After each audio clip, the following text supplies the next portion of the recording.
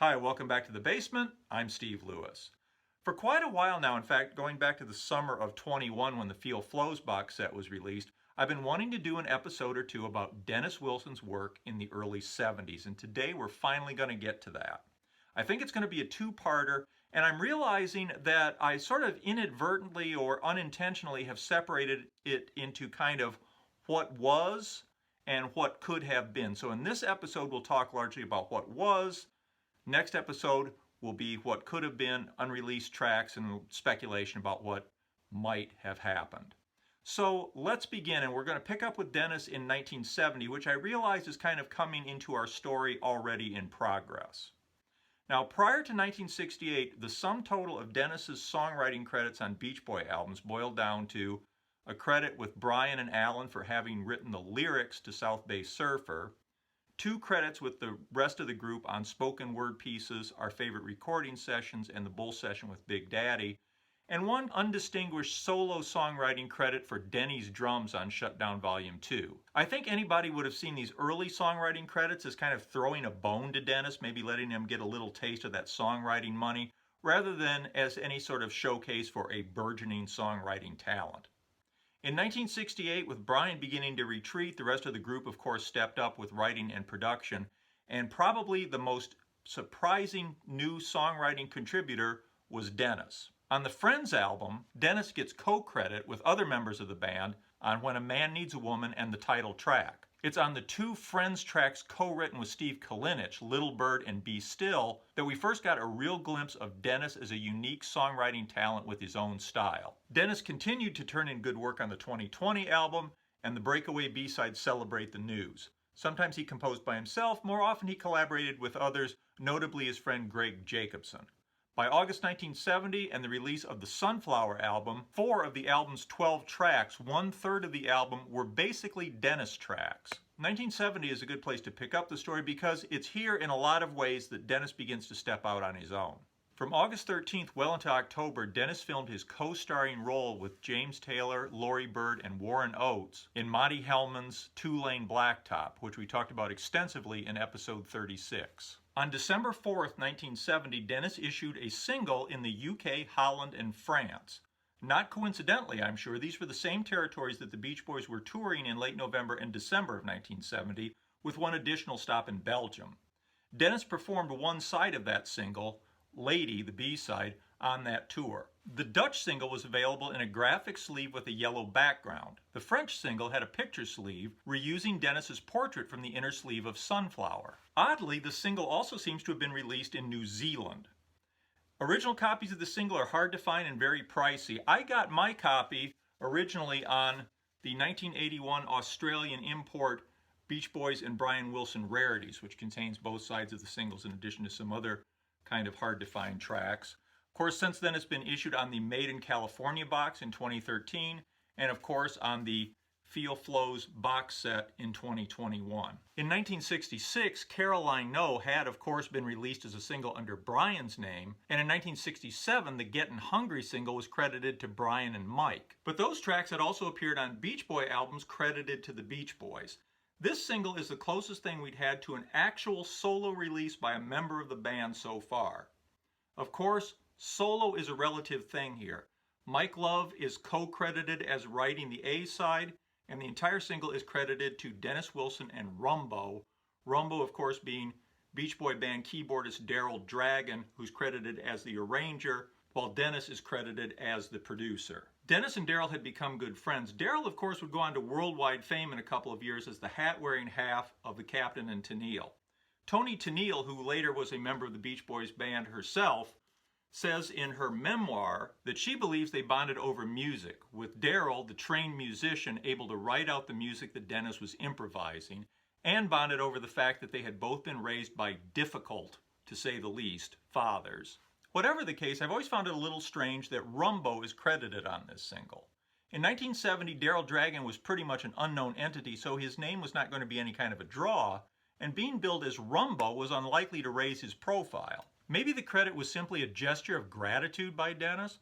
Maybe they had thoughts of becoming a duo on an ongoing basis. From what I've read about Dennis, I thought maybe also he was hedging his bets or maybe trying to cushion the impact of going solo. maybe worrying about how the other band members would have reacted, maybe thinking that a Dennis Wilson record would be looked upon as sort of vanity or something. He might have been a little nervous about doing it, and maybe putting himself out there on the line with Rumbo also on the label was a little less scary and a little less portentous. I'm not sure. Anyway, Daryl Dragon said at the time that he didn't want to be credited on the single by name and chose Rumbo because it was one of 3 toy elephants that he had as a kid: Dumbo, Rumbo, and Chumbo.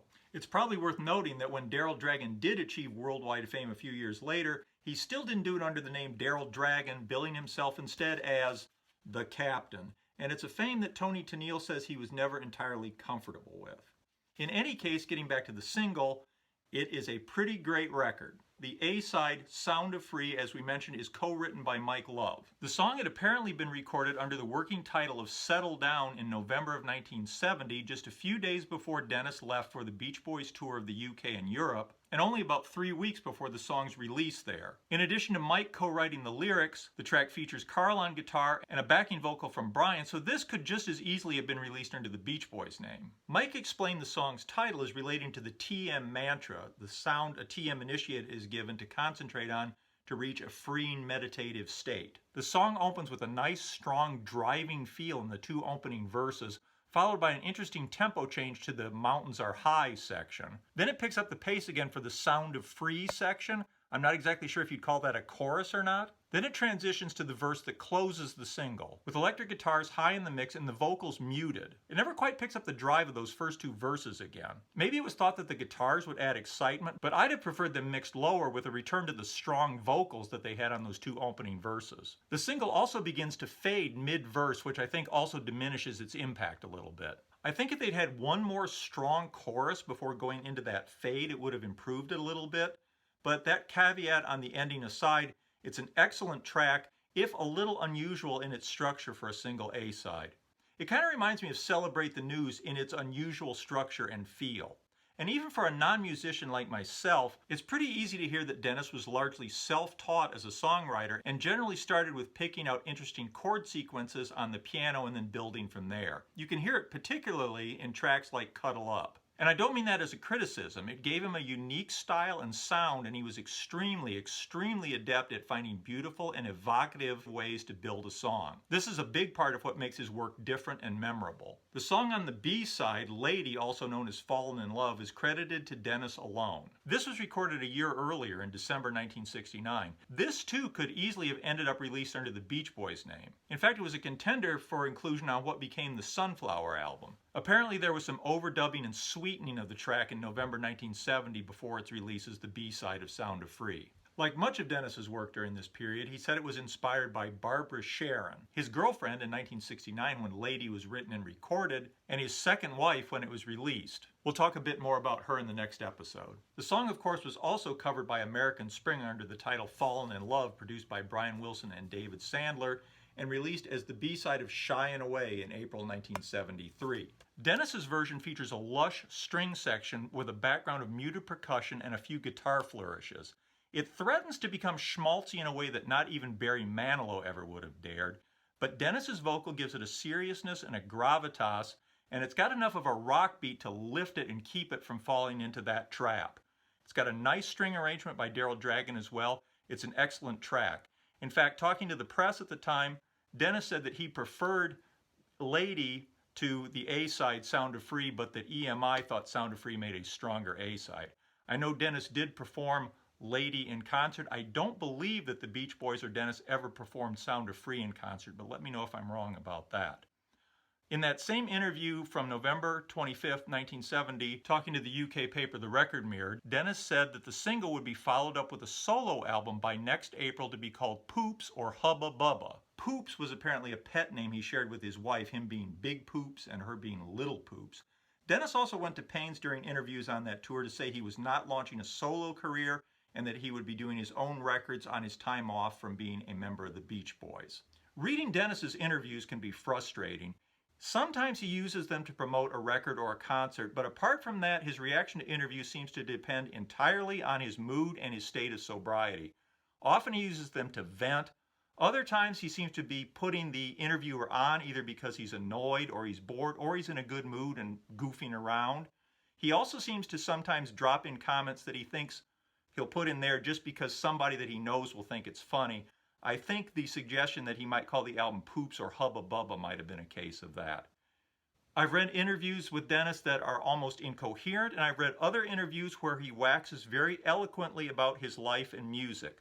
One thing he never seems to have done, if it even ever occurred to him, was to use it to impart information or set any kind of historical record straight. It's frustrating for a researcher, but I guess it's kind of in keeping with Dennis's in-the-moment type of personality.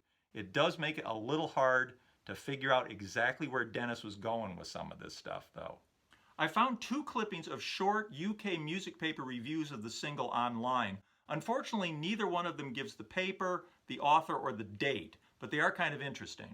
Dennis Wilson and Rumbo's Sound of Free Stateside. Either Dennis Wilson has got it into his head that he must have more personal recognition, or there's a contractual reason why this single is credited thus. For to all ears, this is the Beach Boys plain and simple, with Dennis taking lead vocal on a song he wrote with Mike Love. Rumbo arranged it and Dennis produced, and it's a pretty fair driving song. Nothing very special, but nothing to be ashamed of either. More to the point is the fact that Tears in the Morning, which has got to be the best Beach Boy record since God only knows, still hasn't made the chart. If that misses, what chance has this? Less than nil, I'd say. I'm sure Dennis would have been delighted that the reviewer is using his space to say what a great record Tears in the Morning is. This is the English version of that single since we're talking about the UK. The second clipping, Dennis Wilson and Rumbo, Sound of Free, Stateside. Heavy Beach Boys feel on this first solo single from Brother Dennis, which just about runs the gamut of different vocal sounds. Heavy group, heavy solo, light solo. It's all very complex, but there's a nice motif running throughout that could help sell it. But the current uncommerciality of the Beach Boys material may not help this. Ending is a bit too fade away.